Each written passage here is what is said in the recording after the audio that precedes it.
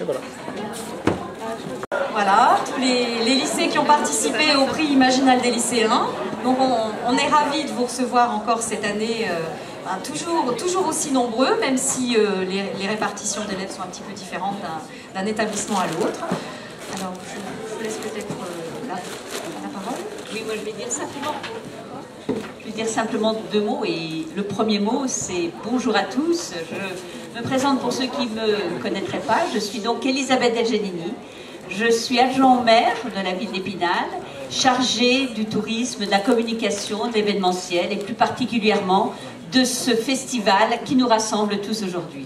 Alors bienvenue à vous tous d'être là dans ce magique Mirror et de participer à nos côtés et d'être les acteurs surtout de ce prix des lycéens.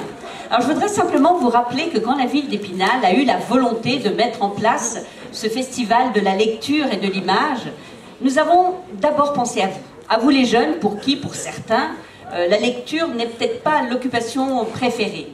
Mais c'est vrai que quand on vous voit si nombreux, quand on sait combien vous avez été engagés, présents, particulièrement performants pour participer à ce jury et puis déterminer l'écrivain que vous avez choisi, nous sommes tout à fait rassurés. Et ça veut bien dire que ce festival des mondes imaginaires est un festival qui s'adresse à tous les publics, à vous les plus jeunes et bien sûr aux autres. Alors merci à vous pour votre passion, merci bien sûr à vos professeurs, à vos chefs d'établissement qui vous ont donné les moyens et la possibilité de participer donc à ce prix. Et puis on espère surtout que vous allez vivre pleinement ce festival à nos côtés aujourd'hui, demain, après-demain, et que vous allez y revenir avec vos amis, avec votre famille. En tout cas, merci pour votre sérieux encore et merci d'être présent et de faire de ce festival un festival où les jeunes sont très très actifs.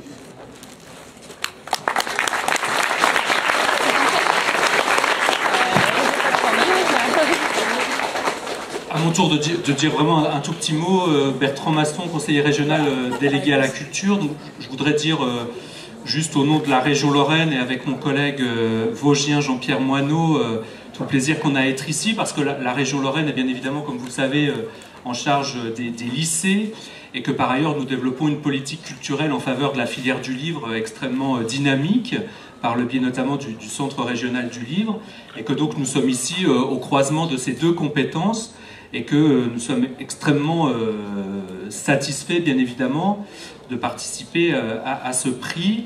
Je voudrais dire, d'ailleurs, dans le prolongement de ce que vient de dire Madame l'adjointe au maire, que bien évidemment, souvent, d'ailleurs, la fantaisie, le fantastique a permis de parfois réconcilier peut-être les jeunes et la lecture, et que ce salon montre que nous ne sommes pas dans une littérature accessoire ou dans quelque chose qui serait à négliger, mais qui met bien en valeur une littérature à part entière.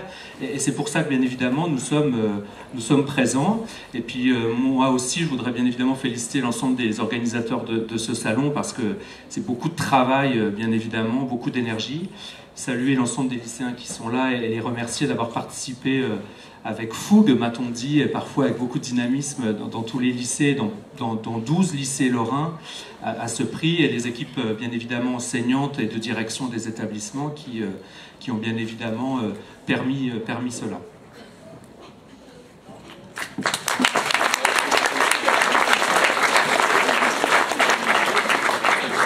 Alors c'est la 7e année, hein, c'est la 7e année de ce rêve-là qui est né dans un lycée d'Épinal. Hein. Grâce au festival, s'il n'y avait pas eu le festival des Imaginales, il n'y aurait pas de prix Imaginal bien sûr, et on ne s'intéresserait pas dans nos lycées à la littérature de l'imaginaire. Et donc comme chaque année, vous êtes venus d'un petit peu toute l'académie. Hein, donc il y a des lycées pour le plus loin de Commercy, Bar-le-Duc. Est-ce que vous êtes là? Oui, où ça? On ne vous entend pas, on ne vous voit pas. Ah, si, d'accord. Voilà, dans les traverses. Bar-le-Duc, bonjour à vous. Les lycées de Nancy, alors Poincaré, Jeanne d'Arc, où êtes-vous? Ici. Ah, d'accord. Et puis les multicolores des Vosges, avec le lycée Mendès-France aux Hommes Bleus. Pilier comme le lycée Poincaré, notamment du prix Imaginal des lycéens.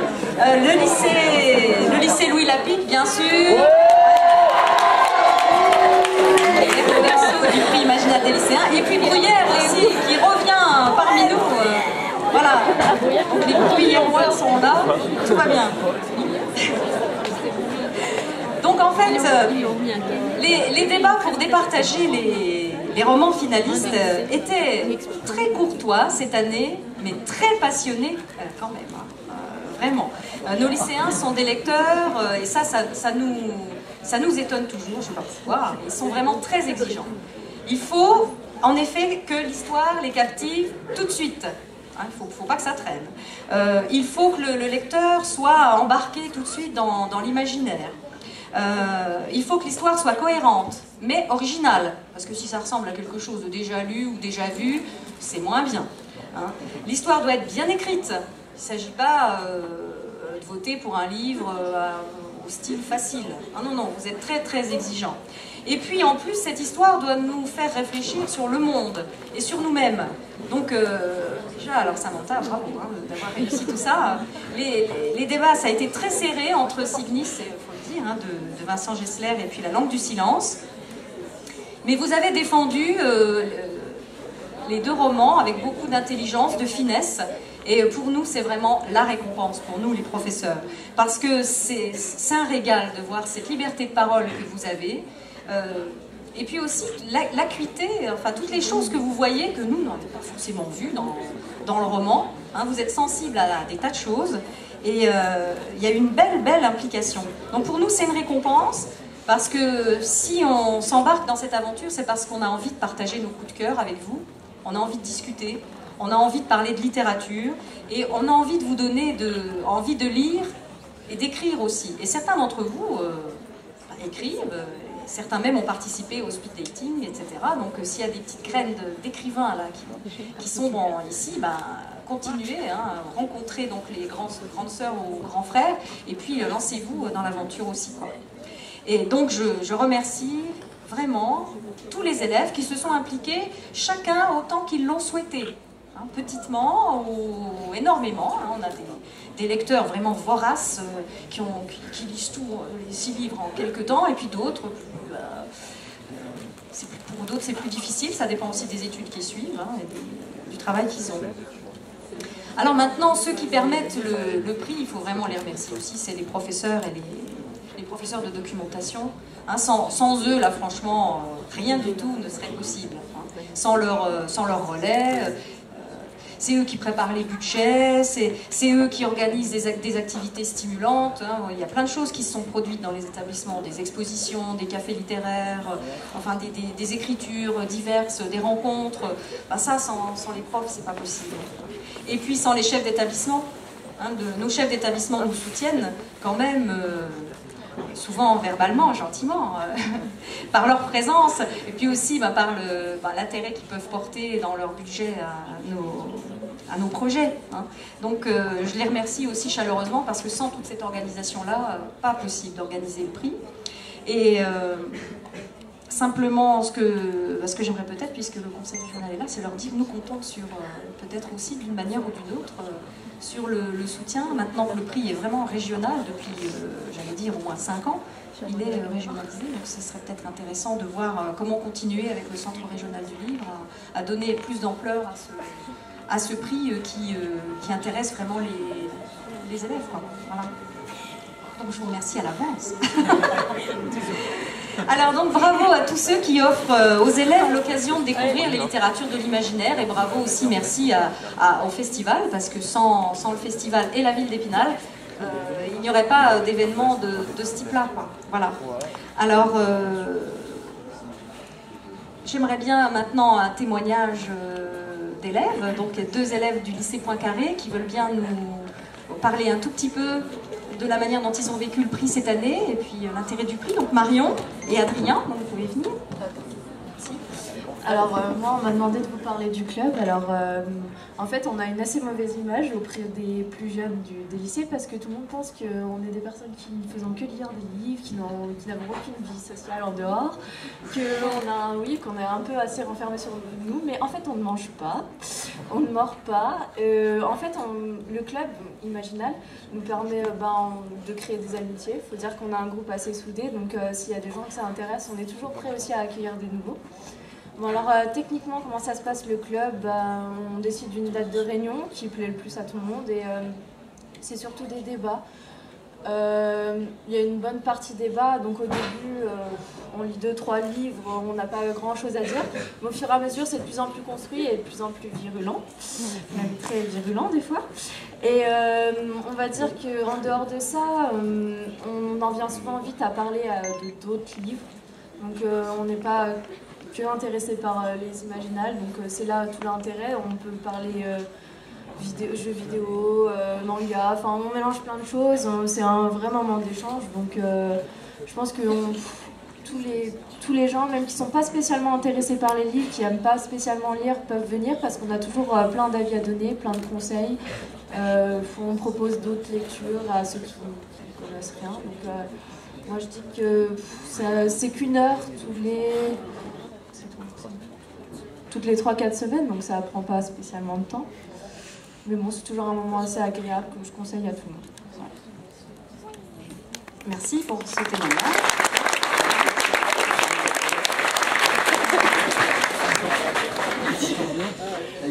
Donc moi je vais plutôt vous parler de l'intérêt qu'a le prix Imaginal, surtout pour nous qui sommes des jeunes lecteurs qui la plupart du temps, au lieu de nous approprier une œuvre, devons lire des œuvres qui sont dans le programme académique. Et au lieu de porter notre propre critique dessus, la plupart du temps on apprend les interprétations qui ont été données de l'œuvre et les critiques qui ont été données. D'où l'utilité de ce prix qui nous permet pour la première fois de défricher un livre qui vient juste pour la plupart du temps d'être publié. Donc c'est vraiment nous qui nous approprions la critique de l'œuvre et son interprétation et qui entre nous en discutons. Et en plus les genres de l'imaginaire étant des genres qui ne sont pas ceux étudiés au programme, ça permet une ouverture un peu plus accessible à la littérature pour nos âges et qui soit un peu plus digeste que ce qu'on peut être amené à étudier en cours et qui peut être, que les professeurs m'excusent, mais parfois un peu rébarbatif. Donc, tu crois qu'on a créé un prix, justement, hein, voilà. Donc voilà, l'intérêt de ce prix est aussi de pouvoir partager sur des genres qui n'ont pas encore tout à fait, alors ici certes c'est absolument pas le cas, mais qui dans le monde littéraire n'ont pas forcément acquis toute leur lettre de noblesse. Mais ça permet vraiment un moment d'échange qui soit plus intéressant à notre niveau et qui nous engage plus en tant que lycéens et en tant que lecteurs par rapport à des études plus classiques qu'on peut avoir qui se font uniquement au travers de nos professeurs.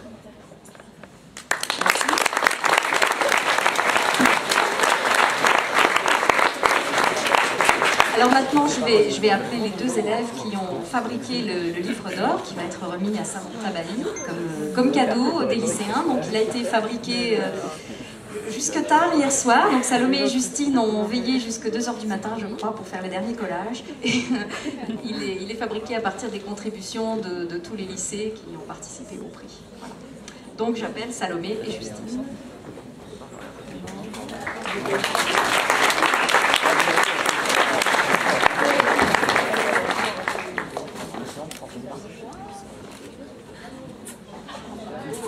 Oh, la pauvre auto.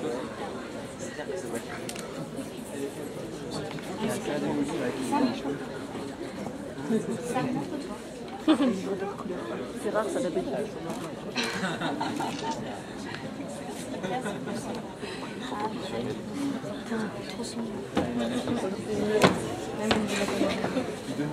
Voilà, donc moi je pense qu'on peut faire une belle ovation là pour les professeurs.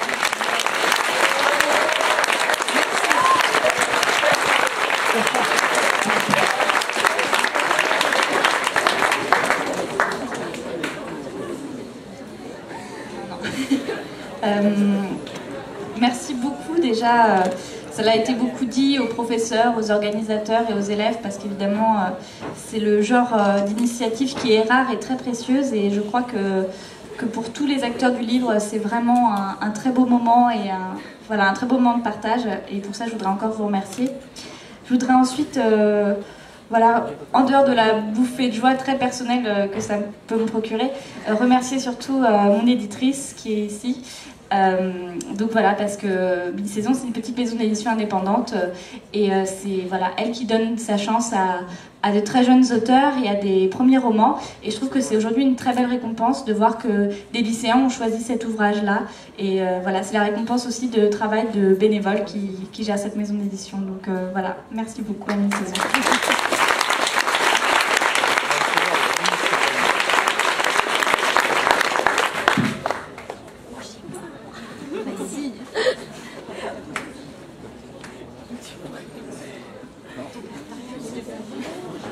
Un petit mot de Stéphanie, donc la directrice artistique du festival.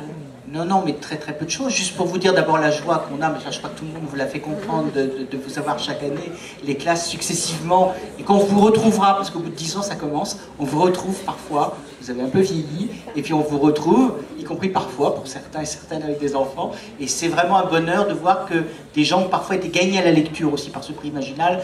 Le plus beau cadeau, c'est pas ceux qui déjà aiment la lecture, c'est bien qu'ils l'aiment, moi je l'adore, mais c'est aussi ceux qui croyaient ne pas aimer la lecture.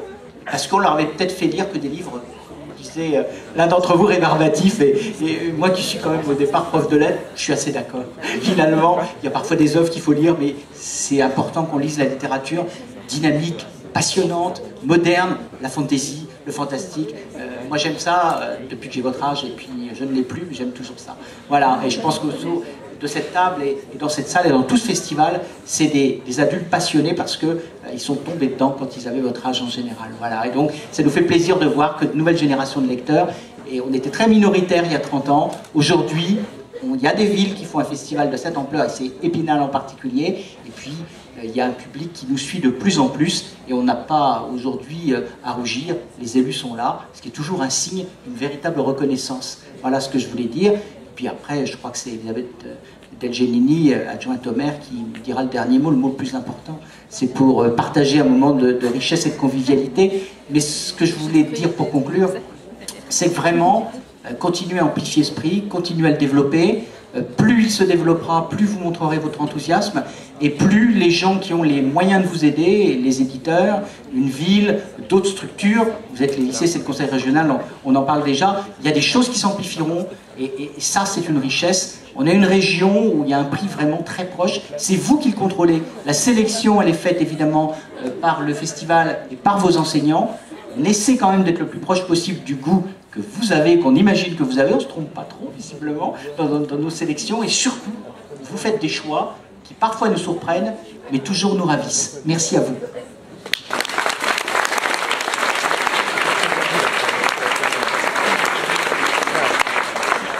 Je compléterai simplement les mots de Stéphanie en vous proposant de déguster quelques petits gâteaux et de boire un petit peu du jus de fruits.